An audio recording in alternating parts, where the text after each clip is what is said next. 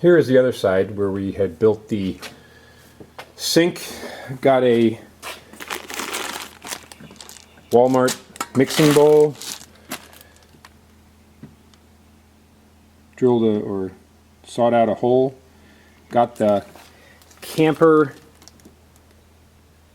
drain fitting that came with a long black tube, bought a long spray nozzle that came with a whole bunch of fittings, and a water filter spigot, and built this very crude sink area.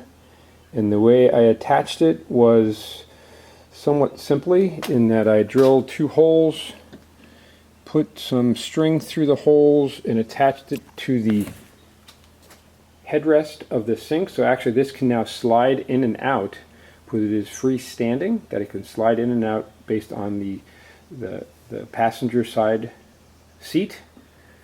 Then I drilled a hole in the plastic attached to the one leg. Did the similar thing on the other side, drilled a hole in the plywood and attached it to the armrest. So we have 3 points of control, one here, one for the headrest so it doesn't go backwards, and one to the seat underneath. And then I made this leg far enough back, so now here's, I do want to show about the freshwater tank. So now, whoops,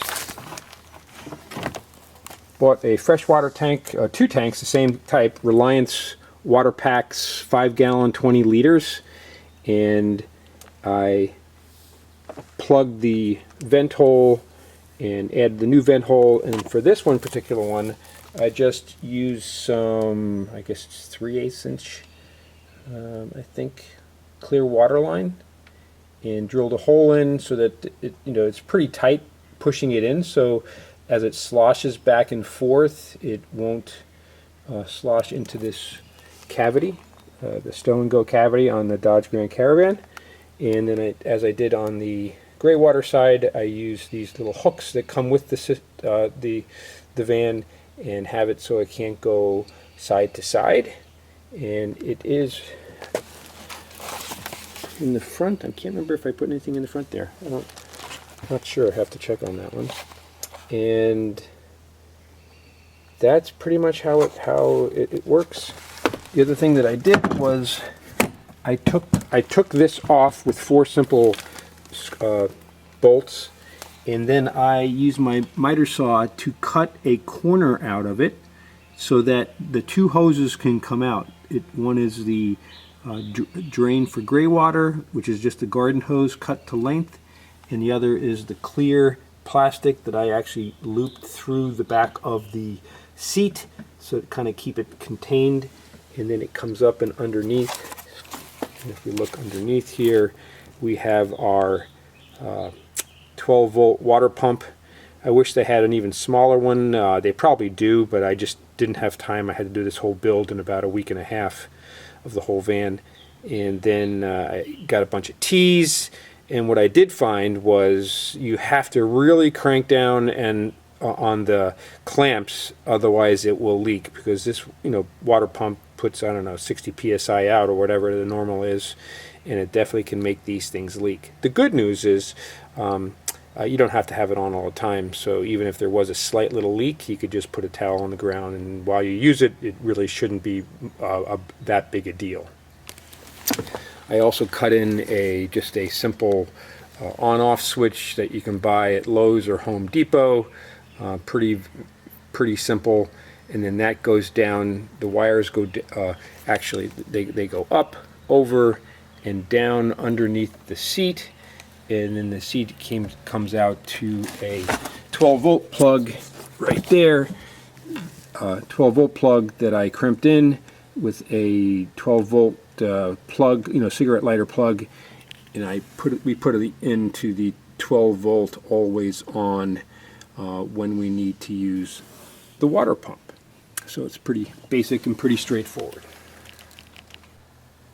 The other nice thing about this spray nozzle is that when my two sons, who went out west for a 6,000-mile journey for over a couple of week period, they mainly used this spray wand outside the van to do their washing up and things like that, so they didn't have to deal with the fresh water and they did use the fresh water, but they didn't have to deal with the gray water. The other thing we did is that we went to Walmart and got a Y connector for a hose connection, and one of the Y connections goes to the under seat, underfloor gray water tank, and the other one just comes to a short garden hose that I created, so that now if you're in an area, you're on the side of the road, you're in a campground even that has just, it goes to gravel, you're using a little bit of water, it's like doing nothing. Why not just going out to, because you'd be using a spray nozzle anyway, you can have that go outside as well. And then this Y connector, you can flip the switch to go which one is on and which one is off. And we thought that would be interesting. In general, they use the spray wand outside the van to do all their stuff. It's got a pretty long hose, so it worked out well. So the method for actually removing this would be flip up those two sections out of the three sections, take the hose off, and basically just take it out. It looks like, we filled it up before they left, probably had 4 gallons inside of it since we didn't fill it quite to the top, and it's still under a 2-week trip. It's probably only used half of that, so it doesn't take much water if you're frugal with your water. Then you just pull that plug out. I'll have to figure that out right now so it doesn't leak. Maybe what I'll do is use the spray nozzle outside, and so it just pulls air, gets rid of it out of the line, and then I can just put it in storage because we're done with the trip for a while. This is where we are storing our gray water and our fresh water. So I just wanted to give a little bit of an overview on what we did there. Move the front seat all the way up, and then what we have is a Reliance water pack, 20 liter or 5 gallon, and what we did was we made a connection point right at the top to put it at the top of the tank, and then I purchased a threaded brass fitting which had a hose bib thread on the outside, so I can disconnect and dump the gray water out. And since it was a pretty strong connection with the screw-in threads into the plastic, but to make sure it doesn't spin or anything, I just had an old pair of vice lock pliers, and I just clamped down on them and taped it to here, so when I unscrew this, it won't, really put a lot of pressure on those threads, and it won't start spinning in the actual tank itself. So we also use some string. There are some little connection points right here, so this wouldn't move. This has been through 6,000 miles, and it hasn't moved within that area, so that worked out pretty well. They didn't use a lot of water. My two sons took a trip out west, and they didn't use a lot of water, but they didn't have to worry about it moving around. So what I'll do is unscrew this. We just put the built-in air pump that came with the Grand Caravan in front of it so it wouldn't move forward upon braking. And now that's disconnected. take that out.